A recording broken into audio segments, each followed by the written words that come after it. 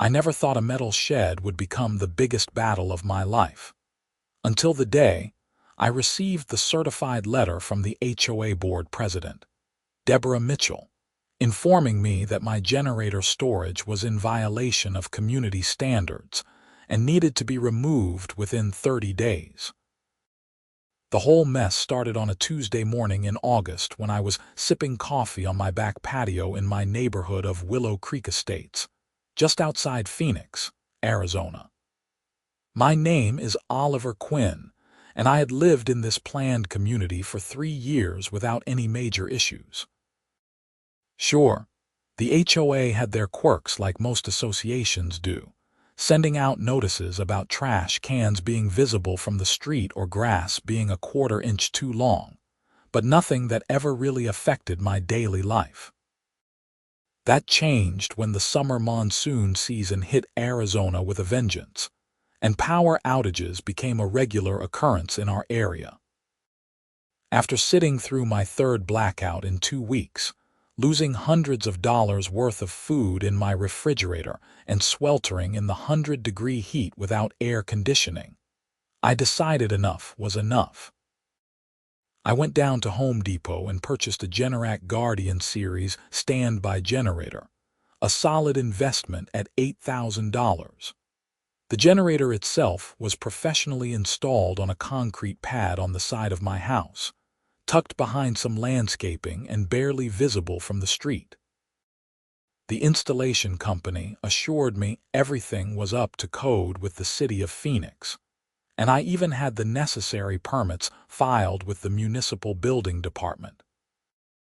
The problem arose when I realized I needed somewhere to store the fuel cans, maintenance supplies, and backup parts for the generator. I could not keep 5-gallon gas cans in my garage due to safety concerns and local fire codes, especially with Arizona's extreme heat. So I purchased a small steel storage shed, about 6 feet by 8 feet, and placed it directly next to the generator on the same concrete pad. The shed was tasteful, painted in a neutral beige that matched my house, and completely screened from street view by a 6-foot block wall that separated my side yard from the front. You literally could not see it unless you walked into my backyard or side yard.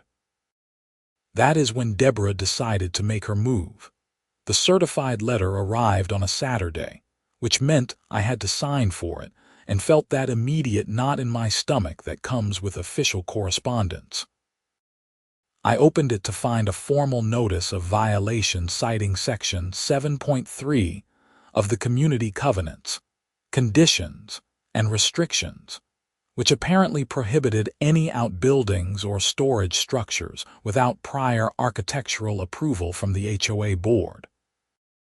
The letter stated that my shed was an eyesore, decreased property values, and violated the aesthetic standards of Willow Creek Estates.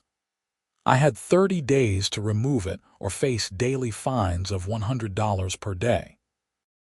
I read through the letter 3 times, feeling my blood pressure rise with each pass. I had checked the CC and Articus before installing the generator, and there was specific language about generators being allowed as long as they met city code and were not unreasonably visible from the street. I had assumed the storage shed would fall under the same category since it was part of the generator setup. Apparently, I was wrong, or at least Deborah thought I was wrong. The next morning, I decided to attend the weekly HOA board meeting to address this in person. The meetings were held every Sunday afternoon in the community clubhouse, a beige stucco building that matched every other building in our development. I arrived 15 minutes early and took a seat in the back row of folding chairs. About a dozen other residents were scattered throughout the room, most looking just as thrilled to be there as I was. Deborah Mitchell sat at the front table with 4 other board members. She was exactly what you would picture when someone says HOA president. Mid-50s, short blonde hair styled in that specific way that required weekly salon visits, and a permanent expression that suggested she had just smelled something unpleasant. She wore a crisp white blouse and had a stack of folders in front of her, each labeled with resident addresses. I could see my address on one of them. The meeting started with mundane items like landscaping contracts and pool maintenance schedules. I waded through 20 minutes of discussion about whether the community should switch to a different company for palm tree trimming before Deborah finally reached the violations section of the agenda. "We have several property standards violations to discuss today," she said, adjusting her reading glasses. "First on the list is 4782 Desert Bloom Drive, Mr. Oliver Quinn, regarding an unauthorized storage structure." I raised my hand. "That is actually why I am here today. I wanted to address this directly." Deborah looked at me over her glasses with an expression that made it clear she was not pleased with my interruption. "The time for public comment is at the end of the meeting, Mr. Quinn." "I understand, but since you are discussing my property, I thought it would be more efficient to address it now," I said, keeping my voice even and polite. She pursed her lips but gestured for me to come forward. I walked to the front and turned to face the board members. Besides Deborah, there was Frank Martinez, the vice president who always seemed half asleep, Linda Chen, the treasurer who was currently scrolling through her phone, Robert Williamson, the secretary who was busily taking notes, and Patricia Hayes, a board member who actually looked interested in what I had to say. "The shed in question is for generator storage," I began. "After the recent power outages, I invested in a standby generator for my home. The storage shed houses fuel and maintenance supplies, which cannot be safely stored in my garage due to fire code. The shed is not visible from the street and is painted to match my house. I believe it should fall under the same provisions that allow the generator itself." "Did you submit an architectural review request before installing the shed?" Deborah asked, already knowing the answer. "No, I did not, because the CC and Articus specifically allow for generators and related equipment as long as they meet city code and are not unreasonably visible from the street," I replied. "Storage sheds are not generators, Mr. Quinn," Deborah said with that condescending tone that made me want to grind my teeth. "They are specifically classified as outbuildings under Section 7.3, which requires board approval. But the shed is not an outbuilding in the traditional sense. It is functionally part of the generator system," I argued. "That is your interpretation," Deborah said. "The board's interpretation is that it is an unauthorized structure. You have 30 days to remove it or submit an architectural review request, which will be considered at the next board meeting." "And if I submit a request?" I asked. "The board will review it according to community standards," Deborah said, which told me absolutely nothing. I looked at the other board members, hoping for some support. Patricia Hayes spoke up. "I think Mr. Quinn has a point about functionality. If the shed is necessary for the generator operation, maybe we should consider it as part of the overall system." "The CC and Articus are clear," Deborah cut her off. "Storage structures require approval. This is not complicated." I felt my frustration rising but kept my voice calm. "So I can submit an architectural review request, and you will consider it fairly." "Of course," Deborah said, though the way she said it made me doubt her sincerity. I left the meeting feeling like I had just wasted an hour of my life. Over the next week, I spent my evenings poring over the CC and Articus, the Arizona revised statutes, and every piece of documentation I could find about HOA regulations in Arizona. What I discovered was interesting and would later become the foundation of my case. Arizona Revised Statute 33-18-16. specifically addressed homeowner association regulations regarding solar energy devices and other energy-saving equipment. While it primarily dealt with solar panels, there was language about reasonable restrictions on equipment necessary for property maintenance and safety. More importantly, I found Arizona Revised Statute 33-18-17, which prohibited HOAs from banning backup power generation systems and required that any restrictions be reasonable and not significantly increase the cost or decrease the efficiency of such systems. I also discovered that Arizona law required HOAs to act reasonably when enforcing CC and RTCS, and that selective enforcement or arbitrary application of rules could constitute a breach of the HOA's fiduciary duty to its members. This was getting interesting.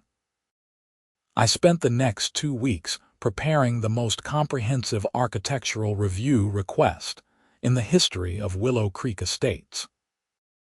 I included photographs showing that the shed was not visible from the street, documentation from the generator installation company explaining why external fuel storage was necessary for safety and code compliance, citations to the relevant Arizona statutes, and even a petition signed by 15 of my neighbors stating they had no objection to the shed.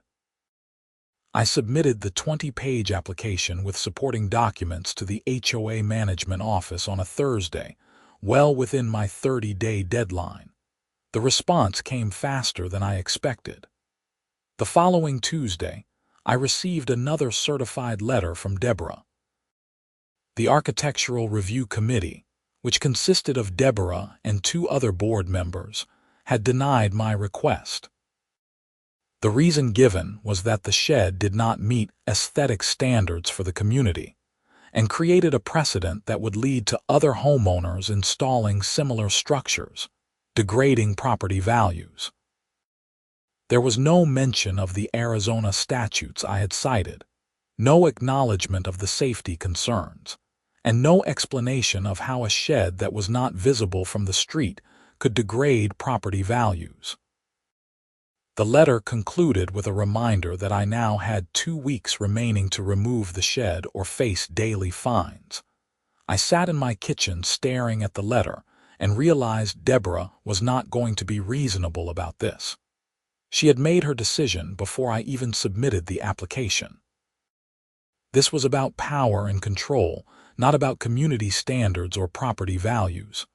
I had a choice to make. I could remove the shed, spend hundreds of dollars on alternative storage that would be less safe and less convenient, and let Deborah win. Or I could fight back. I chose to fight. My first call was to a real estate attorney named James Bradford, whose office was in Scottsdale. I had found him through a friend who had dealt with an HOA dispute over a pool installation. James specialized in HOA law and had a reputation for not backing down from bullies. I met with him on a Friday afternoon in his office, which had a nice view of Camelback Mountain. James was in his early 40s, with graying temples and the kind of easy confidence that comes from winning a lot of cases. I laid out the entire situation for him, showing him all my documentation, the CC and RTCS, the denial letter, and my research on Arizona statutes. He leaned back in his leather chair and nodded slowly. "You have done your homework. This is actually a pretty clear-cut case of HOA overreach. The problem is that HOAs in Arizona have a lot of power, and they know most homeowners will not fight back because legal action is expensive and time-consuming." "What are my options?" I asked. "We can file a lawsuit against the HOA for violation of Arizona state statutes and breach of fiduciary duty. Based on what you have shown me, you have a strong case.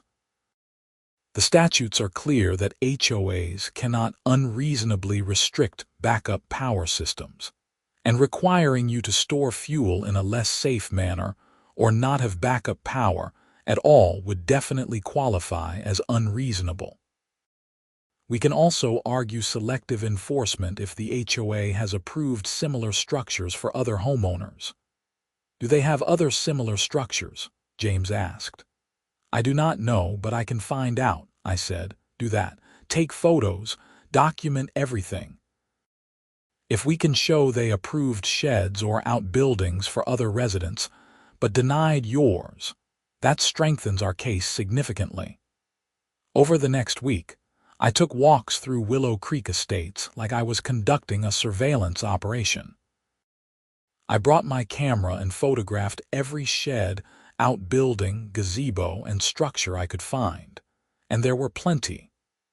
I found at least 8 other properties with storage sheds, some significantly larger and more visible than mine. I found 3 properties with large wooden gazebos, 2 with pool equipment enclosures that looked like small buildings, and 1 property that had what could only be described as a small barn in their backyard. I compiled all the photos with addresses and submitted them to James. He looked through them with a satisfied expression. This is perfect, selective enforcement. They have approved or ignored structures for other homeowners but are targeting you specifically. That is a breach of their duty to treat all homeowners fairly. So what is next? I asked. We file a complaint in Maricopa County Superior Court. We will seek an injunction preventing the HOA from fining you, a declaratory judgment that your shed complies with Arizona law and does not violate the CC and Articus as properly interpreted under state statutes, and damages for your legal fees and any fines they have already imposed. They have not started fining me yet. My 30 days is not up until next week, I said. Then we file before they start.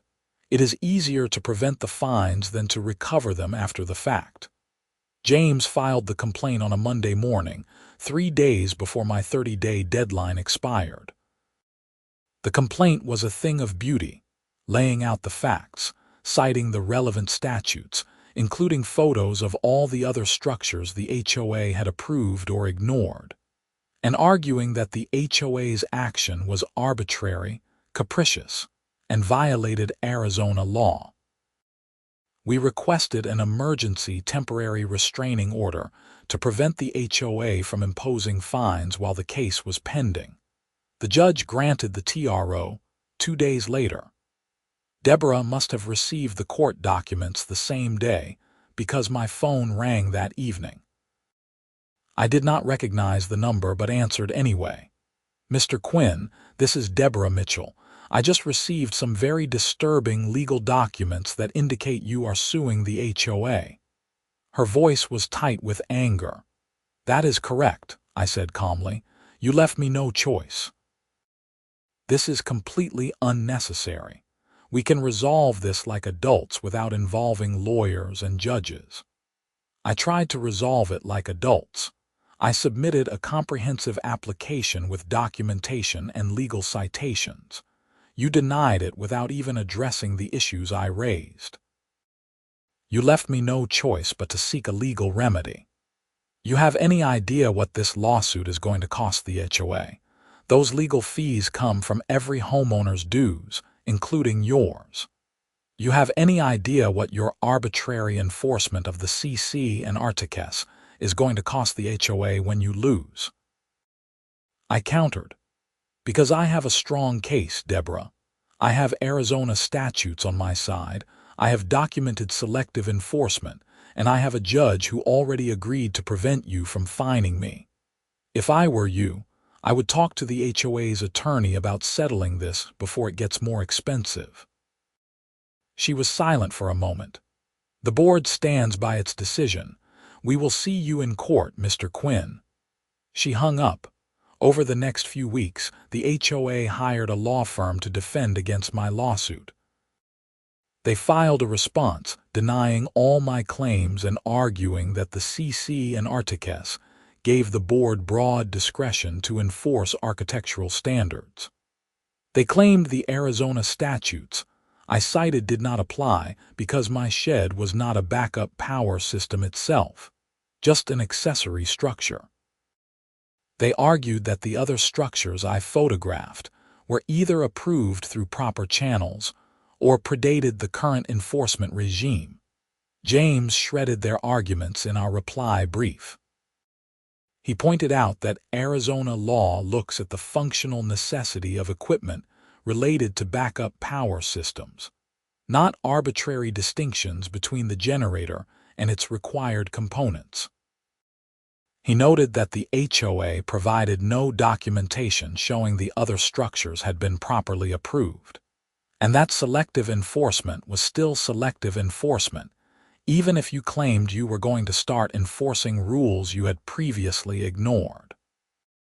He argued that the HOA's interpretation of the CC and Articus was unreasonable and conflicted with state law, and that state law preempted conflicting HOA rules. The case was scheduled for a preliminary hearing in November, about 3 months after I first received Deborah's letter. During those months, life in Willow Creek Estates became increasingly uncomfortable. Deborah made sure everyone knew I was suing the HOA. She sent out an email blast to all residents explaining that legal fees for defending against my frivolous lawsuit would require a special assessment of $50 per household. She did not mention why I was suing, or that the HOA could avoid those legal fees by simply following state law. Some of my neighbors were sympathetic. The 15 who had signed my petition remained supportive, and several others reached out privately to tell me they thought Deborah was out of control and hoped I won. But others bought into Deborah's narrative that I was a troublemaker costing everyone money. I got some dirty looks at the community pool, and one neighbor refused to speak to me at all. The preliminary hearing was on a Tuesday morning in November. James and I arrived at the Maricopa County Superior Court building in downtown Phoenix at 8:30 in the morning. Deborah was there with 3 other board members and their attorney, a sharp-looking woman in her 50s named Margaret Reynolds. We filed into the courtroom, and the judge, Honorable Richard Martinez, took the bench at 9. He was a no-nonsense jurist in his early 60s who had a reputation for not tolerating games from either side. Judge Martinez looked over the briefs. This appears to be a straightforward case of statutory interpretation and HOA authority. Miss Reynolds, let me start with you. How does the HOA justify denying Mr. Quinn's generator storage shed when Arizona Revised Statute 33-18-17 prohibits unreasonable restrictions on backup power systems? Margaret Reynolds stood. Your Honor, the statute addresses backup power systems themselves, not accessory structures. The HOA has not restricted Mr. Quinn's generator. He is free to have the generator. We have only restricted an additional storage structure that is not necessary for the generator to function. Is it not necessary? Judge Martinez asked. I have the installation company's affidavit stating that external fuel storage is required for safety and code compliance. Are you disputing that? We are not disputing that fuel needs to be stored safely, Your Honor. We are simply saying it does not need to be stored in a visible structure on the side of the house. Mr. Quinn has other options for fuel storage that would comply with the CC and Articus. Such as? The judge asked. He could store the fuel in his garage if he installed proper ventilation and safety equipment. He could use underground storage. He could use a storage unit off property and transport fuel as needed. Judge Martinez looked skeptical. Counsel, those all sound significantly more expensive and less convenient than a simple storage shed. Is that not the definition of an unreasonable restriction that the statute prohibits? The statute requires a balancing test, Your Honor. The HOA has a legitimate interest in maintaining property values and aesthetic standards. And Mr. Quinn has a legitimate interest in having functional backup power during emergencies without spending thousands of additional dollars or creating safety hazards, the judge said. Mr. Bradford, your turn. Can you address the HOA's argument that the statute does not cover accessory structures? James stood. Certainly, Your Honor. The statute prohibits restrictions that significantly increase the cost or decrease the efficiency of backup power systems. Requiring Mr. Quinn to use alternative fuel storage methods that cost thousands more or require driving to an off-site storage unit during a power emergency absolutely increases cost and decreases efficiency. The statute's purpose is to ensure homeowners can maintain functional backup power. You cannot have functional backup power without safe fuel storage. The HOA's interpretation would defeat the entire purpose of the statute. What about the aesthetic concerns? Judge Martinez asked. The shed is not visible from the street, Your Honor. We have photos showing it is completely screened by a wall. The only way to see it is to enter Mr. Quinn's side yard. The HOA has approved or ignored similar structures for other homeowners, which we have also documented. This is selective enforcement of an unreasonable restriction. Judge Martinez nodded and looked at Margaret Reynolds. Counsel, can you explain the other structures Mr. Bradford has documented? I see photos of at least 8 other sheds and numerous other outbuildings in the community. Were those all properly approved? Margaret looked uncomfortable. We are reviewing those properties, Your Honor. Some may predate current enforcement standards. So the HOA ignored those structures for years, but decided to enforce against Mr. Quinn specifically, Judge Martinez said. That sounds like selective enforcement to me. Miss Reynolds, I am going to be frank with you. Your client is on very thin legal ground here. The statute is clear, the selective enforcement is documented, and Mr. Quinn's shed serves a legitimate safety purpose. I strongly suggest the HOA consider settling this case before we proceed to trial, and you rack up even more legal fees. Margaret nodded stiffly. I will convey that to my clients, Your Honor. Judge Martinez made the temporary restraining order permanent, meaning the HOA could not fine me while the case was pending, and set a trial date for January if the parties could not reach a settlement. As we left the courtroom, Deborah looked furious. She was whispering intensely with Margaret Reynolds and the other board members in the hallway. James and I went to a coffee shop near the courthouse to debrief. That went very well, he said. Judge Martinez basically told them they are going to lose. If they have any sense, they will settle. What would a settlement look like? I asked. They approve your shed, withdraw the violation notice, and pay your legal fees. Probably some nominal damages for your time and aggravation. We are not looking to bankrupt the HOA, just establish that they cannot violate state law. What are my legal fees so far? I asked, suddenly worried. With the filing fees and my time, about $8,000, James said. I whistled.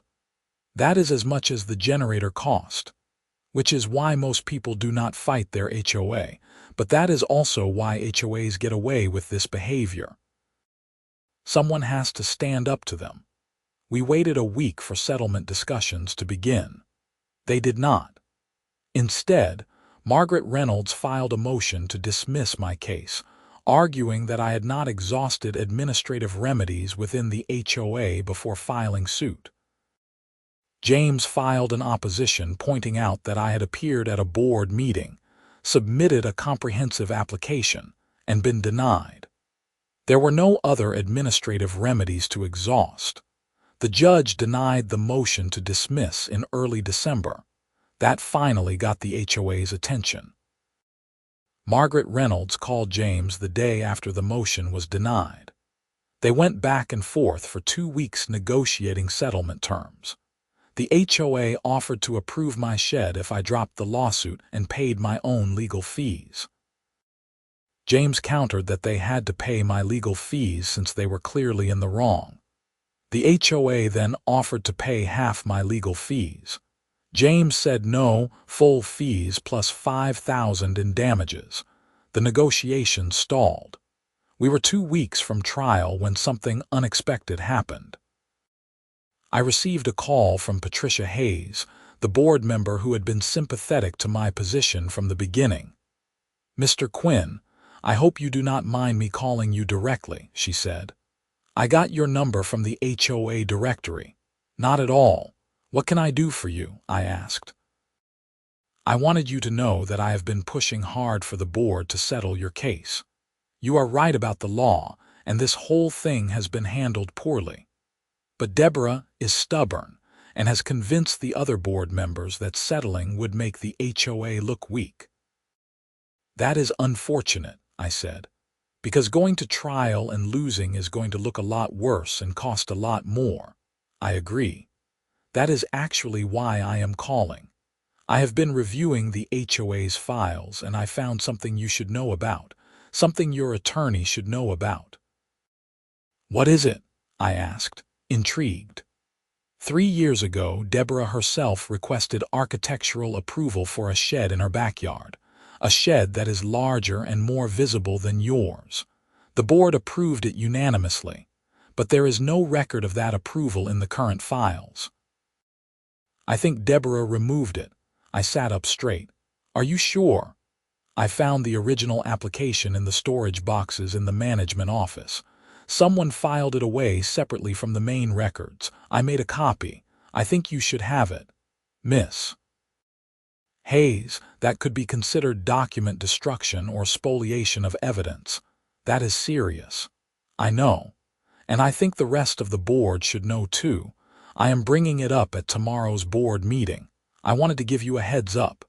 Patricia emailed me the document that evening.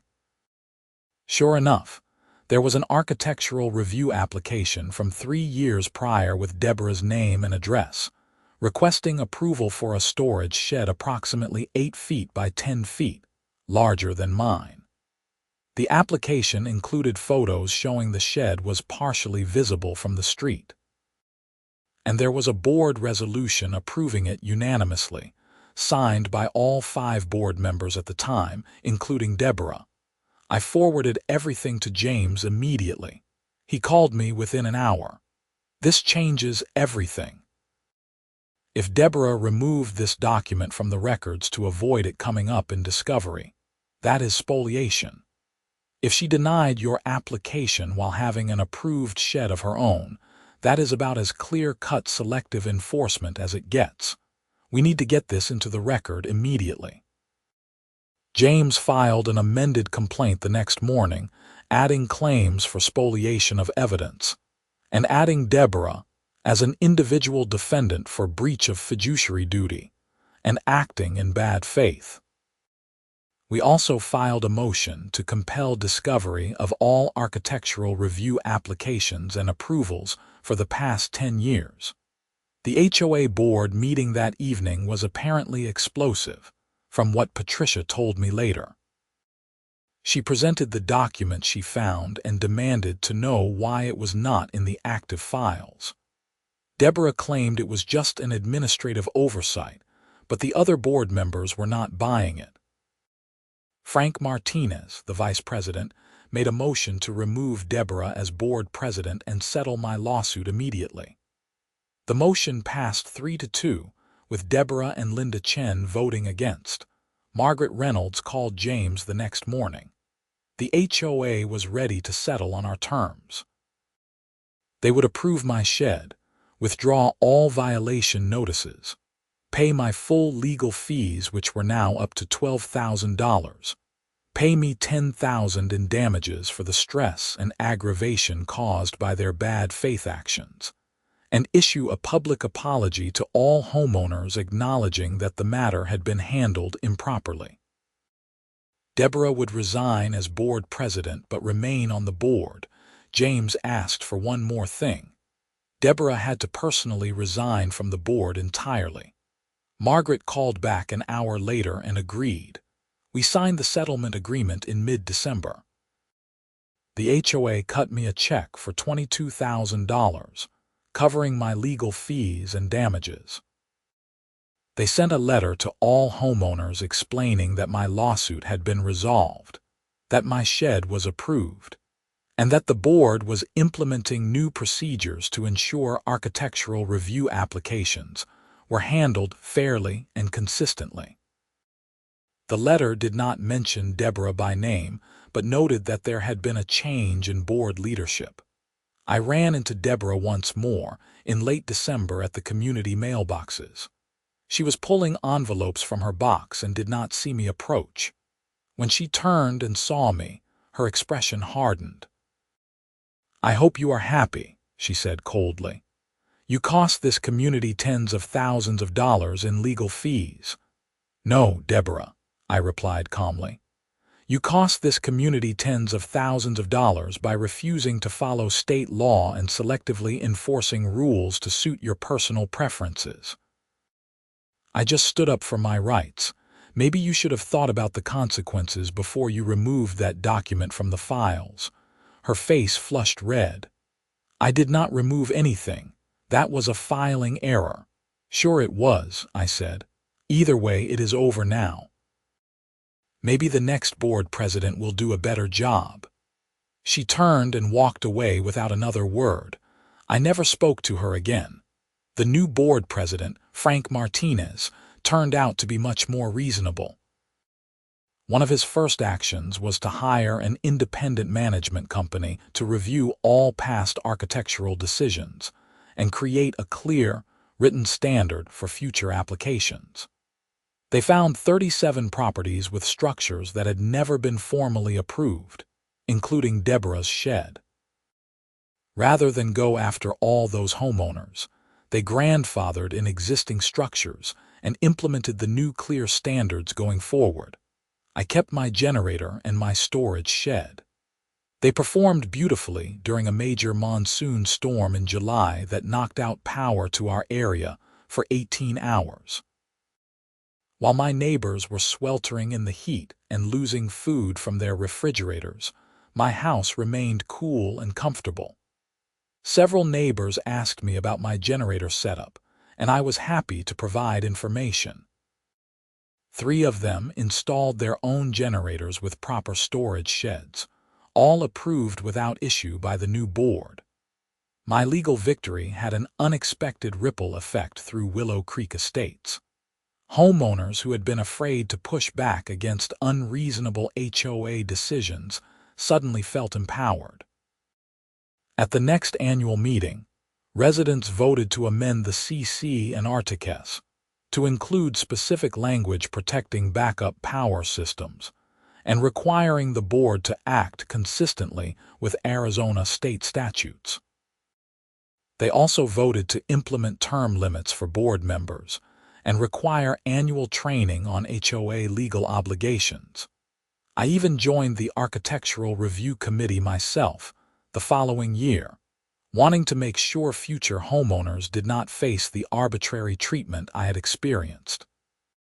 We approved several generator installations, a few tasteful pergolas, some basketball hoops, and even a chicken coop that met our new clear standards for backyard structures. We denied a few requests too, but always with detailed written explanations citing specific standards and offering suggestions for modifications that would meet approval. The whole experience taught me several valuable lessons. First, HOAs only have the power homeowners allow them to have. Too many people just accept whatever the board says without questioning whether it is legal or reasonable. Second, knowing your rights under state law is crucial. Arizona's statutes protecting backup power systems and requiring reasonable HOA restrictions gave me the legal foundation I needed to fight back. Third, documentation is everything. My photos of other structures and Patricia's discovery of Deborah's hidden application were critical to proving selective enforcement.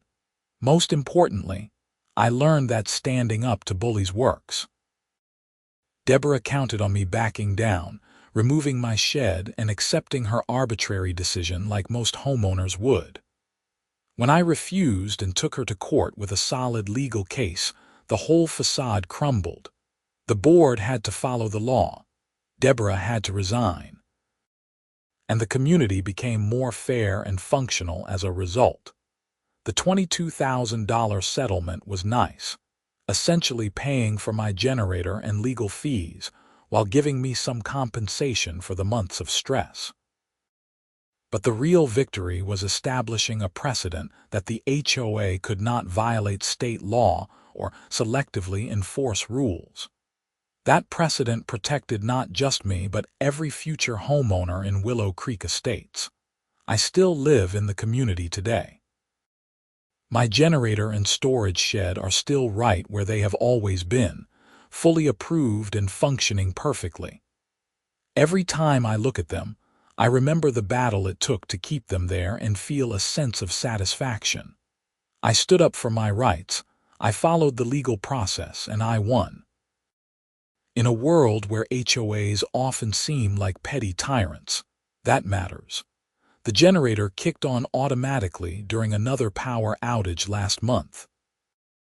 As I sat in my air-conditioned living room watching television while the rest of the neighborhood sat in darkness, my wife Sarah turned to me and said, "I am glad you fought that battle. This generator was worth every penny." "And every hour with the lawyers," I added with a smile. She laughed. "Even those. Though next time we have an HOA dispute, maybe we can settle it without quite so much drama." "Deal," I said, "but I will fight again if I have to. These rights matter." And they do. Property rights. The right to protect your home with backup power. The right to expect your HOA to follow the law rather than the personal whims of a power-hungry board president. These are not small things. They are fundamental to homeownership and to living in a functional community. My experience also opened my eyes to how many people face similar struggles with their HOAs across the country. After word got around about my case, I received emails and messages from homeowners in other communities asking for advice on their own disputes. Some were about generators, others about solar panels, satellite dishes, flagpoles, or just arbitrary enforcement of rules about paint colors and landscaping. I always gave the same advice. Know your rights under state law. Document everything. Take photos. Keep records. Try to resolve disputes reasonably, but do not be afraid to stand up for yourself if the HOA is acting unreasonably or illegally. And if you have to hire a lawyer, make sure you get one who specializes in HOA law and is not afraid to take the case to court. Most importantly, get involved in your HOA. Attend meetings. Run for the board. Vote in elections. Too many HOAs become problematic because reasonable people stay away and let the busybodies and control freaks take over. If more homeowners got involved, there would be fewer horror stories about HOA overreach. I never thought I would become an HOA reform activist over a metal storage shed. But here we are. I speak at community meetings now, encouraging homeowners to know their rights and participate in governance. I have helped several neighbors with their own disputes, though fortunately none required lawsuits. And I continue to serve on the Architectural Review Committee, trying to ensure we balance community standards with individual property rights and state law. The shed itself has become something of a legend in Willow Creek Estates. New residents who move in often hear the story about the homeowner who sued the HOA and won. Some ask to see the famous shed, and I happily show them. It is just a basic metal storage structure, nothing special to look at. But what it represents matters. It represents standing up to arbitrary authority. It represents the principle that HOAs must follow the law. and it represents the idea that one person can make a difference. Looking back on the whole experience now, several years later, I would do it all again. Yes, it was stressful. Yes, it took months of my life and created tension in the community. Yes, there were moments I wondered if it was worth the fight over a shed, but ultimately it was worth it. Not just for me, but for everyone else in the community who benefited from the reforms that followed. Deborah eventually moved away from Willow Creek Estates about a year after resigning from the board. I heard she bought a house in a community without an HOA. I found that ironic and appropriate. Maybe the experience taught her something too, though I doubt it. People like Deborah rarely learn from being held accountable. They just find new places to exercise their need for control. The current HOA board is functional and reasonable. They maintain community standards without being tyrannical about it. They approve reasonable homeowner requests and explain their reasoning when they deny something. They follow state law and treat everyone consistently. It is not perfect, but it is so much better than it was under Deborah's reign. My generator has continued to prove its worth. We have had several significant power outages over the years, and each time I am grateful for the investment. My neighbors are grateful too. During extended outages, I have let several neighbors use my outlets to charge their phones and medical equipment. I have stored medications that need refrigeration for an elderly neighbor. I have become the unofficial backup power hub of my street, and my storage shed keeps everything organized and accessible. That storage shed, the one that started this whole saga, still sits on its concrete pad next to my generator. The beige paint has faded slightly in the Arizona sun, but it is still in good condition. Inside are 5-gallon gas cans, oil for maintenance, spare parts, tools, and all the supplies needed to keep the generator running. It is organized and functional, exactly what I needed when I installed it. Every time I open that shed door to refill the generator or perform maintenance, I think about the journey it took to keep it there. The certified letters from Deborah, the board meetings, the hours researching Arizona statutes, the court hearings, Patricia Hayes finding that critical document, the settlement negotiations, the final victory. It reminds me that rights are not self-executing. You have to fight for them sometimes. You have to stand up to people who abuse their authority. You have to be willing to invest time and money and effort into principles that matter. And sometimes, just sometimes, doing the right thing leads to positive change that extends beyond your own situation. I hope sharing this story helps someone else facing a similar situation. If your HOA is violating state law or selectively enforcing rules, you have options. You do not have to just accept it. Research the law. Document the violations. Try to resolve it reasonably, but do not be afraid to escalate if necessary. Get a good lawyer who specializes in HOA disputes, and stand your ground. Your home is probably your biggest investment. You have the right to enjoy it, to protect it, and to make reasonable improvements to it without arbitrary interference from an HOA board that has forgotten they work for the homeowners, not the other way around. Do not let anyone tell you otherwise. The generator hums quietly when it runs during outages, a steady mechanical sound that represents security and preparedness. The storage shed stands silently next to it, an unremarkable structure that became the symbol of a larger principle. Together, they represent not just backup power for my home, but the power of standing up for your rights under the law. That is a power worth fighting for. And I am glad I did.